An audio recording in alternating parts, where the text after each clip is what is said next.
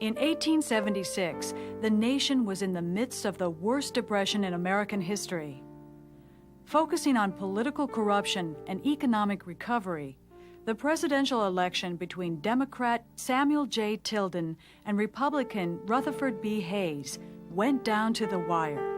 When the election returns finally come in, Tilden has won the popular vote, and all he needs is one electoral vote to be elected president. Unfortunately, 4 states send in disputed returns. The Democrats concede Oregon, the Republicans concede Florida. That still leaves 2 sets of probably both fraudulent electoral returns from Louisiana and South Carolina. 1 set going to Hayes, 1 set going to Tilden. The election is going to be decided by Congress. Unfortunately, Congress is controlled by the Democrats, the Senate is controlled by the Republicans, so we've got a deadlock there. So they set up a special electoral commission to decide the election. After some finagling and informal deals, the commission finally throws the election to Hayes, who needed all of those disputed votes to be elected president.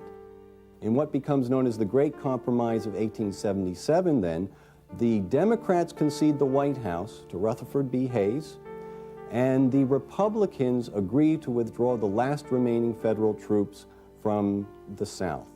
In April of 1877, President Rutherford B. Hayes withdraws the last remaining federal troops from South Carolina, Florida, and Louisiana, officially ending the great experiment in Reconstruction of the American South.